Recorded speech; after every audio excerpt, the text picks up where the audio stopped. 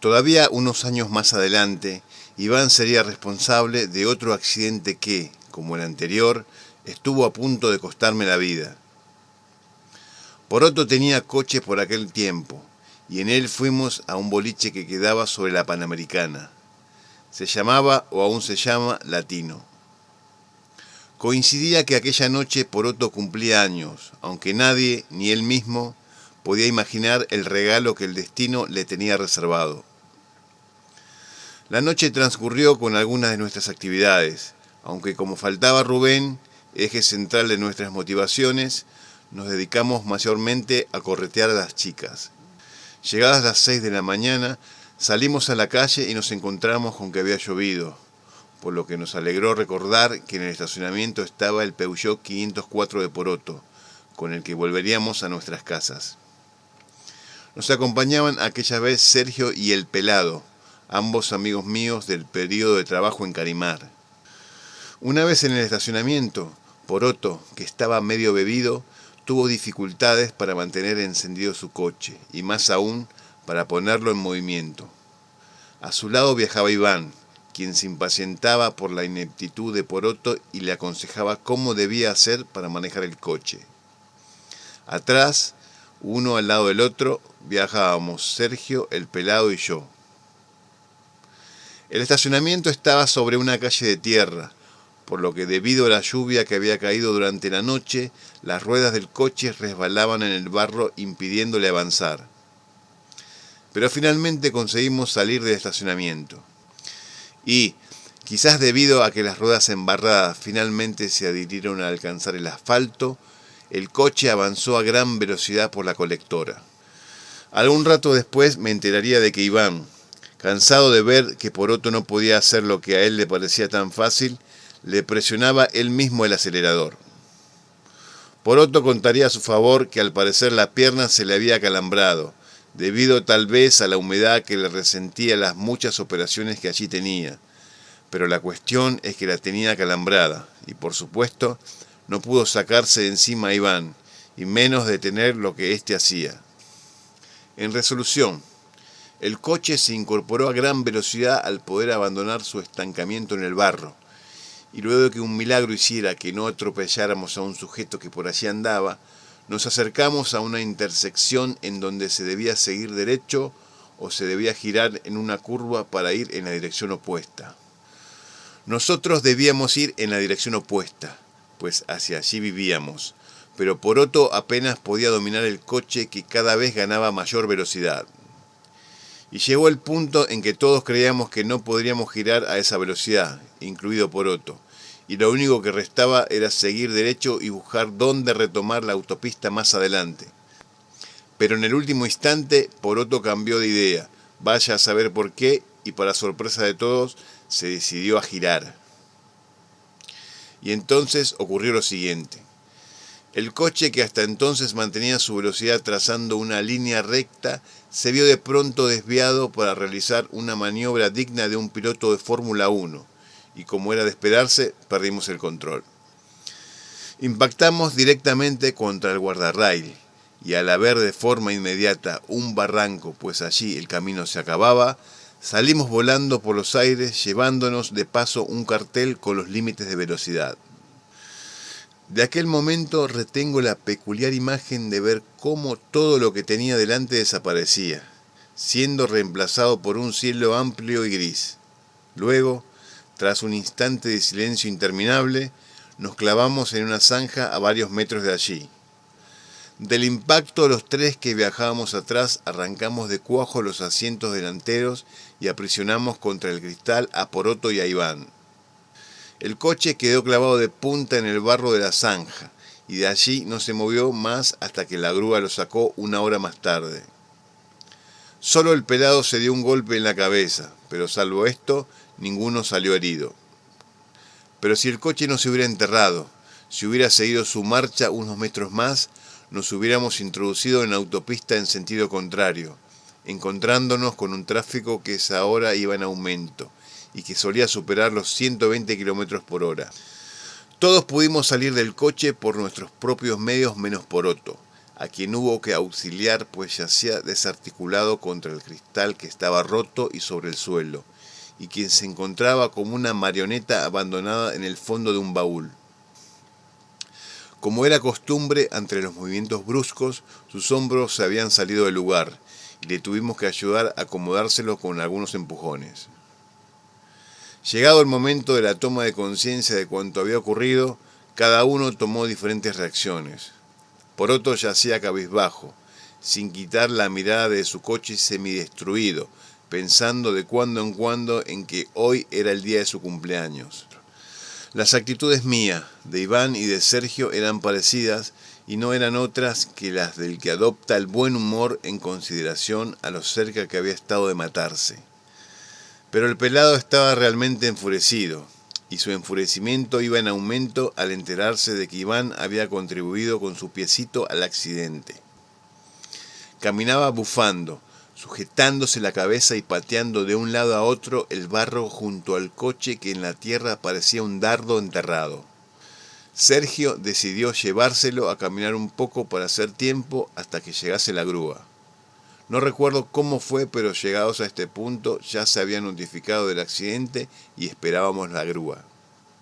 Poroto decidió ir a sentarse a un montículo de tierra que no estaba lejos, y mirar y lamentar desde allí mismo el estado de su coche.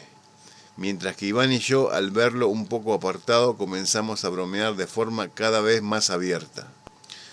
Cuando Sergio y el pelado caminaban a unos 100 metros de nosotros, bajo la lluvia que de nuevo caía y tratando el primero aún de calmar los nervios del segundo y, sin otro motivo que ahora se me ocurra que el de divertirnos un poco, sabiendo que lo peor se había pasado, tuve la idea de abrirle la puerta al coche y tras dejarla colgando, me encaramé, me bajé los pantalones para mostrar el culo y me fingí muerto en el accidente. Iván entendió al momento lo que me proponía, y aguantándose la risa se hizo a un lado para darle mayor realismo a la escena. No tardaron en comenzar a pasar los curiosos que hasta detenían su marcha al ver tal espectáculo. Había hasta los que se detenían y se quedaban mirándome allí con medio cuerpo colgando desde un coche accidentado, con el culo afuera y bajo la lluvia. No lejos de allí, inmutable, pensativo, se apreciaba la imagen de Poroto, ajeno a todo. Al escuchar las risas de Iván se marchaban algunos insultándonos y otros, sin comprender cuánto ocurría, seguían su camino. Poroto nos miraba ocasionalmente, mostrando poco o ningún interés en lo que hacíamos. Finalmente llegó la grúa y Sergio y el pelado se acercaron a ver cómo el conductor ataba el coche para sacarlo con las poleas.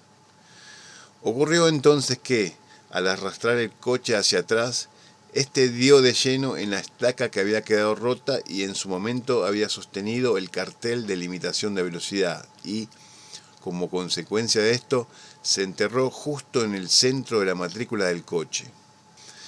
Poroto, que se había mantenido hasta entonces en silencio y como adormilado, comenzó a increpar a los gritos al conductor de la grúa para que por favor se detuviera, que le estaba destrozando la matrícula. Entre todos lo calmamos, haciéndole ver lo absurdo que era preocuparse por la matrícula de un coche que, de seguro, estaba inutilizado. La grúa nos acercó hasta el depósito y de allí nos volvimos en colectivo a nuestras casas. Sin embargo, en el viaje sobre la grúa Poroto había insistido en ir al volante de su coche. Detrás de él viajaban el pelado y Sergio, y con el conductor de la grúa, Iván y yo. Un momento antes de emprender el regreso, alguien había tenido la mala idea de recordarle a Poroto que hoy era el día de su cumpleaños, por lo que éste se sumergió en un estado depresivo que le impidió volver a pronunciar palabra los restantes de la noche. Unos meses más tarde, llegaba a la casa de Poroto una carta en donde se detallaba la denuncia que la autopista le hacía a su persona por daños y perjuicios. Al concluir mis 2 años de trabajo en el supermercado de Chen, con 18 años, y hasta que no entré una vez más en la estabilidad laboral de Neverland, con 22, pasé por innumerables y de los más variados trabajos. En algunos de ellos solo estuve algunos días, por lo que en ocasiones apenas si los recuerdo. Fue la primera vez que comencé a desarrollar la que sin duda sería mi verdadera profesión, mediocre multifacético. Tras abandonar el supermercado, lo cual significó para mí recuperar la libertad, pues no poseía ni un día libre, comencé a trabajar en una fábrica de recapación de cubiertas. Y ahí, aunque trabajaba de lunes a viernes, estaba lejos de realizar una tarea agradable. Al ser nuevo fui colocado junto a unos inmensos hornos en pleno verano, y mi función no era otra que abrir y cerrar las puertas de aquellos hornos para meter y luego sacar las cubiertas. Al parecer era un puesto al que siempre tenían que ir a parar los nuevos, como para pagar el derecho de piso, pues nadie quería, y menos en verano, mantenerse junto a esos hornos que ardían como verdaderos infiernos en la tierra. Apenas se podía respirar estando allí, y el sudor corría en chorros por la cara hasta que terminaban por humedecer el suelo como si hubiera llovido. Junto a mí había un gran bidón de agua que tenía que ser llenado varias veces al día, ya que apenas tenía oportunidad bebía de él. 2 meses después tuve que dejar aquel trabajo pues mi asma había empeorado, y tras ir al médico, este me dijo que tenía que dejar de trabajar cuanto antes en aquella fábrica. Algún tiempo después comencé a trabajar junto a Rubén para un parapsicólogo al que debíamos promocionar en la zona. El buen hombre vendía cursos de gimnasia mental, y nosotros teníamos que tocar a la puerta de las casas a fin de vender lo que solo un loco podía comprar. Estuvimos en total un par de semanas recorriendo las calles y lo único que conseguimos fue que la gente nos cerrara la puerta en la cara, nos insultara y hasta nos intentara pegar. Contribuyó a todo esto que por aquel tiempo se oían en Buenos Aires las andanzas de la secta de los Umbanda, de quienes se decía que practicaban sacrificios con animales y hasta incluso habían matado personas. La gente, siempre presurosa para relacionar una cosa con otra, nos atribuían a aquella secta y a poco estuvieron de darnos una paliza. Poco después de los primeros encuentros violentos, con Rubén nos limitábamos a pasarnos el día deambulando, ya que como se nos pagara, vendiéramos o no, poco nos importaba vender. Y no hace falta decir que no vendimos ni un solo de esos extraños cursos, los que, dicho sea de paso, jamás supimos en qué consistían. Juan Tomás Morales, que así se llamaba el parapsicólogo, nos llamó a Rubén y a mí para ver qué pasaba que no conseguíamos vender nada. Recuerdo que nos hizo también una especie de exorcismo para quitarnos las malas ondas que nos impedían vender. Apenas podíamos contener la risa con Rubén cuando el señor Morales nos frotaba sus manos por nuestros brazos, piernas y cabeza, mientras dejaba los ojos en blanco y mientras murmuraba cosas que solo él entendía o fingía entender. Pero de nada sirvió esa purificación, y al pasar los días y ver que nada vendíamos, se nos dijo que solo se nos pagaría una comisión según vendiéramos los cursos. Como era de esperarse, abandonamos el trabajo ese mismo día. Tiempo después me enteré de que Juan Tomás Morales se había metido en la política, y no fueron pocas las veces que lo vi pasear por San Martín en un lujoso Mercedes-Benz. Tiempo después entraba a trabajar en una fábrica de zapatillas. La empresa estaba en su apogeo, y al trabar amistad con uno de los encargados, me las arreglé para hacer entrar también a Rubén y tiempo después a mi amigo Palito. Pero al poco tiempo despidieron al encargado y en su lugar pusieron a otra persona verdaderamente severa, que no tardó en ensañársela con los trabajadores. Decidimos entonces planear maldades contra el nuevo encargado. Poco nos importaba perder el empleo. Éramos después de todo muchachos que vivían en la casa de sus padres, y el quedarse sin trabajo en aquella época fértil de la Argentina no nos importaba. Trabábamos entonces la cinta de producción colocándole zapatillas en los engranajes. Demorábamos adrede la tal cinta apilando mal las cajas. Cortábamos los cables de detrás de las máquinas. El encargado no tardó en descubrir nuestras fechorías, y tras hablar con los dueños terminaron por despedirnos. Ocurrió entonces que, el día que fuimos a recoger nuestros pagos, nos habían descontado una gran parte y no se dignaron a darnos la razón. Cuando ya nos íbamos, Por venganza abrí el tablero eléctrico que alimentaba la fábrica y arranqué varios de los cables. Saltaron muchas chispas y se apagaron algunas luces dentro de la fábrica, por lo que salimos corriendo en dirección de la salida. Pero el guardia de la puerta, puesto al corriente de lo que había pasado, nos esperaba en la salida con el arma en la mano. Poco después llegaron los encargados del lugar, y luego de que el guardia preguntara que quién había sido, los encargados me señalaron a la cara. No sé cuándo fue que me vieron, tal vez solo lo intuyeron, pero la cosa fue que permitieron que Rubén y Palito se marcharan, mientras que a mí me condujo el guardia de seguridad a su oficina a la espera de que llegara la policía. Ya en camino y, al ver yo que el hombre guardaba el arma en su funda, eché a correr hacia la parte posterior de la fábrica. Recuerdo que escuché gritos en donde se ordenaba que soltaran a los perros, y los perros, una vez sueltos, me dieron en breve alcance. Pero por suerte, desde el día mismo que entré a trabajar en la fábrica, acostumbraba yo a darles de comer a aquellos perros, por lo que ellos al verme se alegraron y corrieron jugando a mi lado hasta el fondo de la fábrica. Trepé al muro que limitaba con la casa del vecino y de un salto me propulsé a la calle, pero no pude evitar pasar demasiado rápido por los alambres de púas, razón por la que me hice una herida en el brazo. Sangrando llegué a mi casa, creyendo con seguridad que la policía ya se había presentado allí. Pero nunca se presentaron. Solo habían pretendido asustarme. Y recuerdo la razón por la cual actué de aquella manera sin duda irracional. Aquella tarde tenía una clase de guitarra ya paga, con un nuevo profesor que admiraba y a la que, por nada del mundo, quería faltar. Trabajé en muchas fábricas más, pero en la mayoría solo duraba unos días y me marchaba, o me echaban. La gran parte de los trabajos eran manuales, o me tenía que sentar frente a un balancín y repetir millares de veces la misma operación. Sé perfectamente que aquel era un trabajo, como suele decirse, honrado y digno, pero yo sencillamente no podía mantenerme concentrado en una tarea que se repetía infinitamente sin presentar ningún desafío.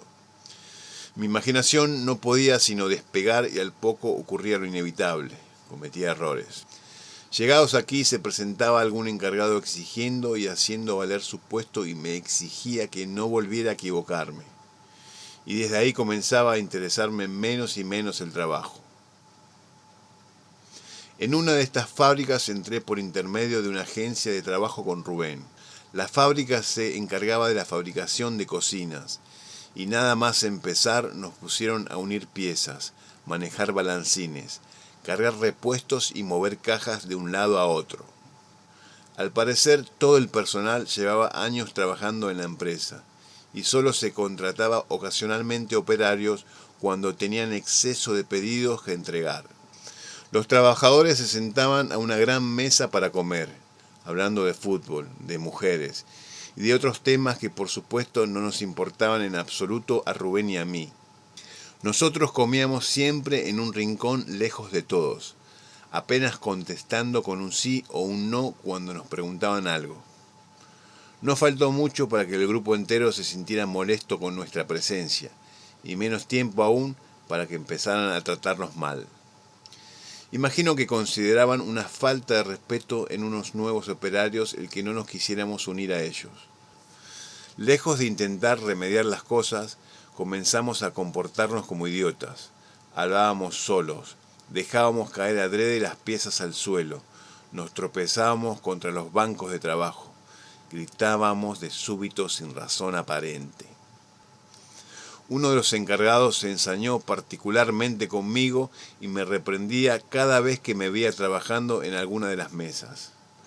No me costó darme cuenta de que tenía un problema personal conmigo, ya que muchos de sus regaños carecían de sentido. Entonces me corregía la postura o me decía que iba muy lento, que me paraban mal para trabajar, que colocaban mal las piezas, etc. Hay de aquel tiempo una escena que no olvidaré nunca. Estaba Rubén trabajando en una de las mesas con una pieza a la que le hacía no recuerdo qué, justo cuando, frente a él, pasa observándolo el mencionado encargado. Al verlo pasar Rubén y al ver que yo lo miraba, se introdujo en la boca un martillo. Inmediatamente después hacía de cuenta que intentaba sacarse de aquel martillo que unas fuerzas extrañas le habían llevado a la boca. El encargado se quedó paralizado al ver la escena y no sabía si tenía que interceder o no. A los pocos días llamaron a Rubén a la oficina y lo despidieron dándole una carta que alegaba que lo hacían por descubrirle problemas mentales. Yo aún asistí a la fábrica algunos días más, en medio de un ambiente insoportable. Comía igualmente apartado, escuchando sin cesar los murmullos a mis espaldas. Pero una mañana uno de los encargados me habló en la puerta de la fábrica antes de entrar. Me preguntó por el loco de mi amigo. Le dije que no estaba loco, y empecé a ponerme nervioso, por supuesto todo fingido, y a rascarme la cabeza, y luego lancé un grito y me fui volando ante la mirada de varios de los operarios que se preparaban para entrar a trabajar. Es decir, alcé los brazos y agitándolos corrí por la calle para desaparecer de la vista de aquella gente para siempre.